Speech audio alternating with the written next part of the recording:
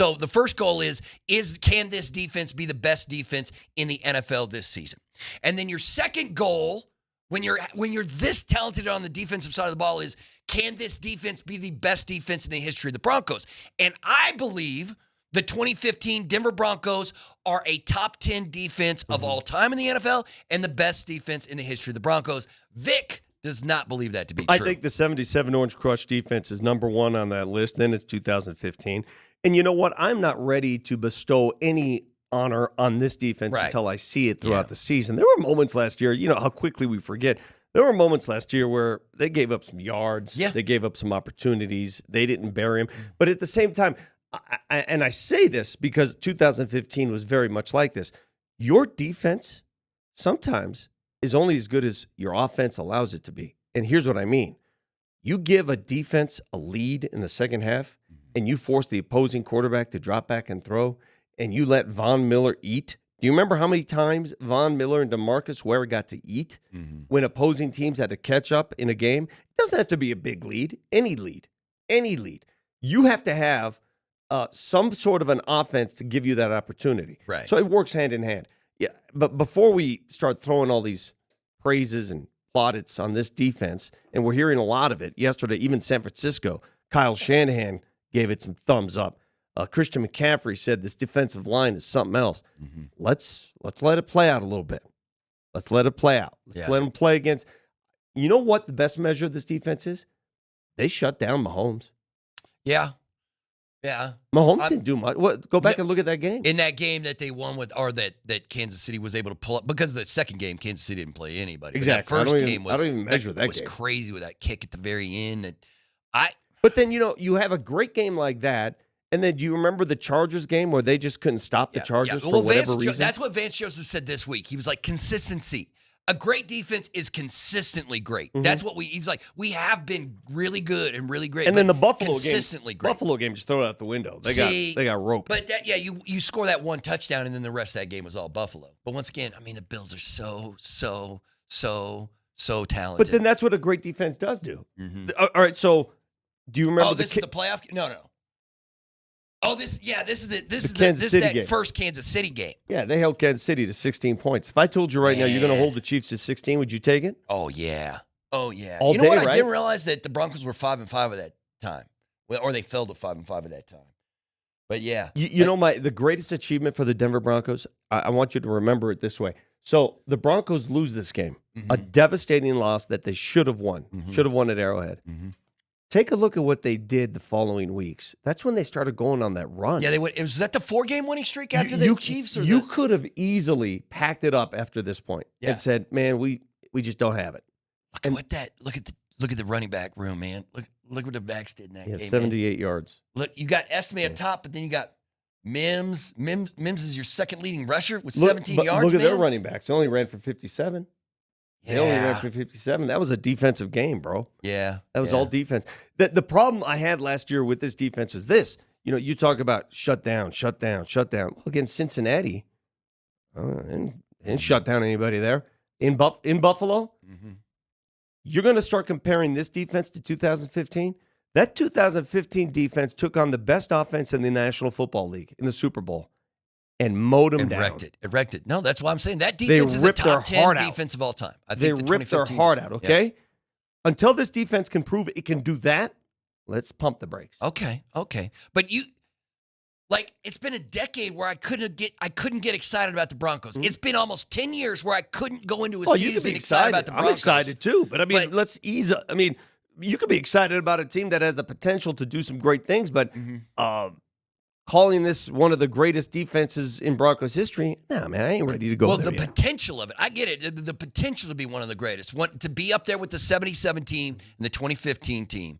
But you're right, that's a big ask. I think the first step you have to take is just prove the fact that you're the best defense in this league now. Let's break it down. Let's break it down, all right? Let's take 3 eras. Let's go 77, 2015, and this defense. Yeah. Even though 15 in this year is much closer than the previous. Who has the best secondary of those three defenses? The no-fly, right? No-fly zone has the best Although, secondary. isn't this – because I was comparing this Broncos defense, or what this Denver Broncos defense could be to the 0-2 Tampa Bay Buccaneers defense, which was an all-time great defense, but nobody could throw on that team. You could not throw on that Bucs team. And I'm like, is the Broncos secondary this year? Could they be like that? No. Could they be like the no-fly? No, With no. Patrick and Barron going all over the place? No, you don't think so? No.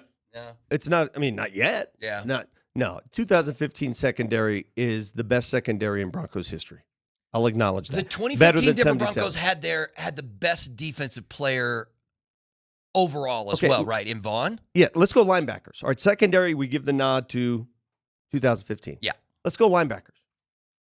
Linebackers. Well, that's 77 then, the best linebacking core in Broncos history is 1977. That's the Orange Crush. I will not have anybody argue that with me. It's just not arguable. It's not debatable. And if you want to argue, if you want to send any volley, just keep it in your phone because it's not going to happen. 1977 had the best linebacking core in Broncos history.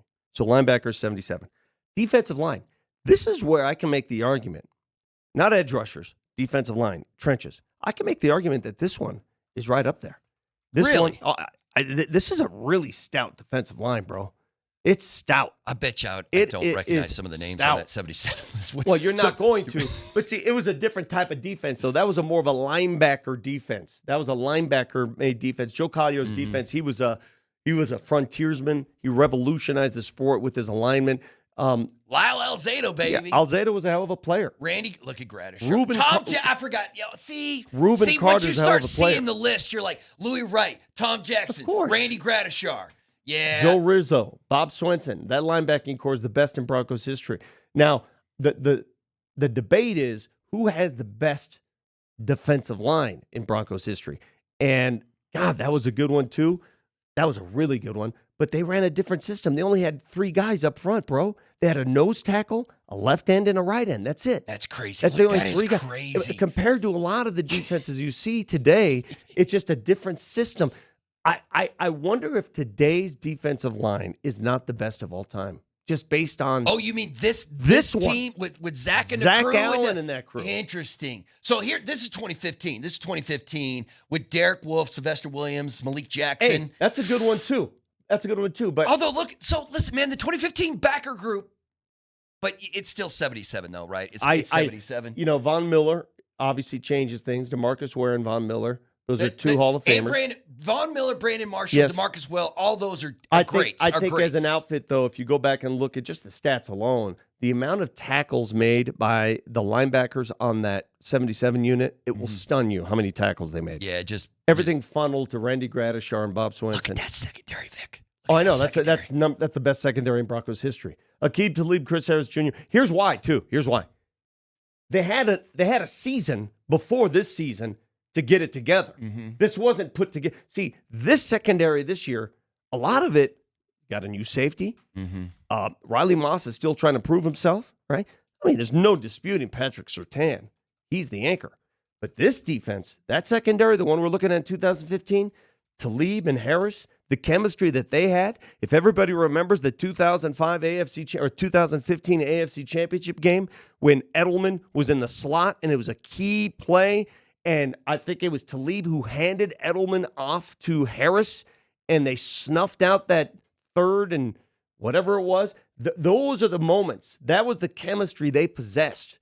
They read each other's thoughts. That's why that secondary was so damn good. Yeah.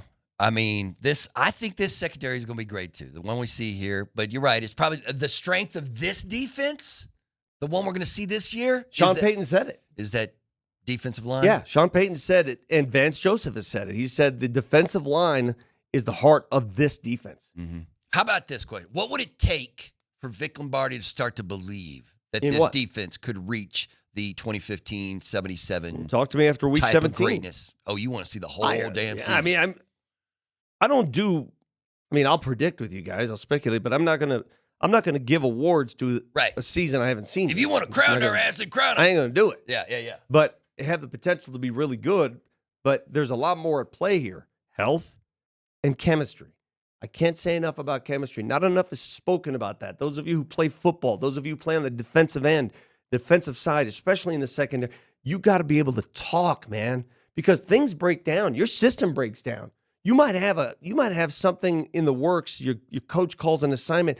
That sucker breaks down in a hurry. You got to be able to talk to your teammate out there And that 15 secondary, 2015, they were the best at that. Yeah, they all love to talk too. All those guys were vocal, right?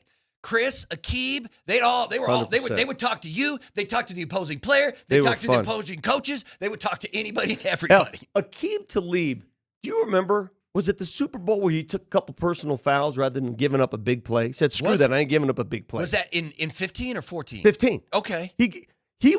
He's the kind of player that was like, I'm not going to let these guys get confident on us. I'm gonna face mask the hell out of this dude. Right. Yes. I mean, they would just do that for the hell of it, just to set the tone. Yeah, just be a tone setter. Love it. Yeah, yeah. I mean, listen?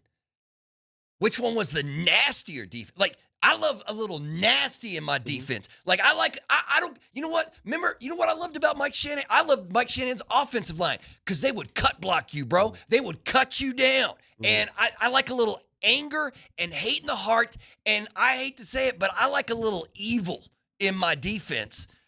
What defense is the one who's like, I will kill you to win this game.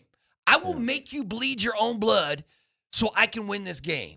Yeah, that's hard to say. I mean, the game has changed. I mean, every defense sort of thinks that way. It's a violent game, right? Yeah. Violent. I mean, Talib, that's the way he thought. Bill Romanowski thought that way. One of the most violent players who've ever played this game was Steve Atwater, right? Even though he's just like the nicest guy human being in the world. Right. But on the football field, he would end you. Berto, in 1977, Lyle Alzado wanted to eat people's children. He was a violent player. He wanted to eat people. On the Twitch feed, Tater Bud 62 writes in, Vic is ridiculous. He gives his opinion and then tells everyone if they see it differently to, quote, keep it in their phone, arrogance at its finest. I won't dispute that. That's a very arrogant comment. You have been listening to the program. Yeah, I know. That's pretty much how we do it here. And I'm sorry that hurt your feelings. I said you are welcome to opine. There are certain things, certain opinions I'll give you that are not debatable. And the one I gave you is that the greatest linebacking core was 77. So if you want to counter with something else, you can, but it will not resonate with me. There are other opinions you might have that would resonate. That one will not, because my opinion is it's done. It's over. There is no debate there on that. On the text line, we also got this. This is a take I haven't seen before.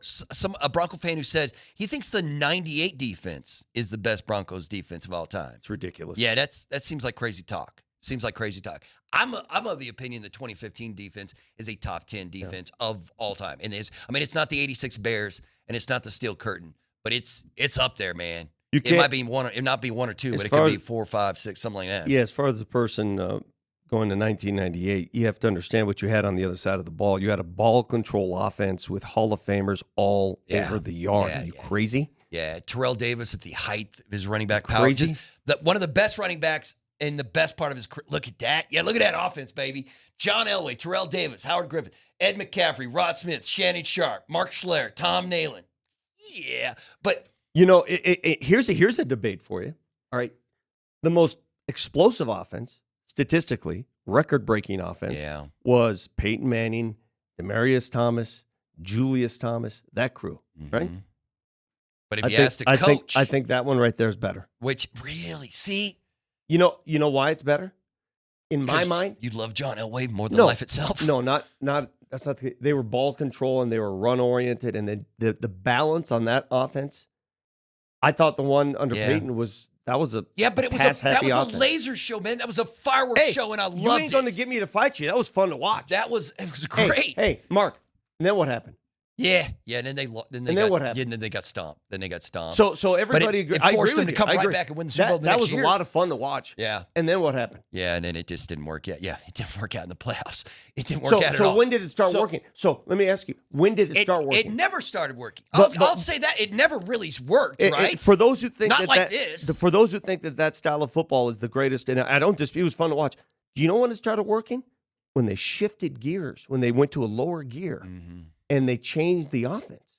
Kubiak comes in and changes the offense. To a lot of people's like, hey, what are you doing?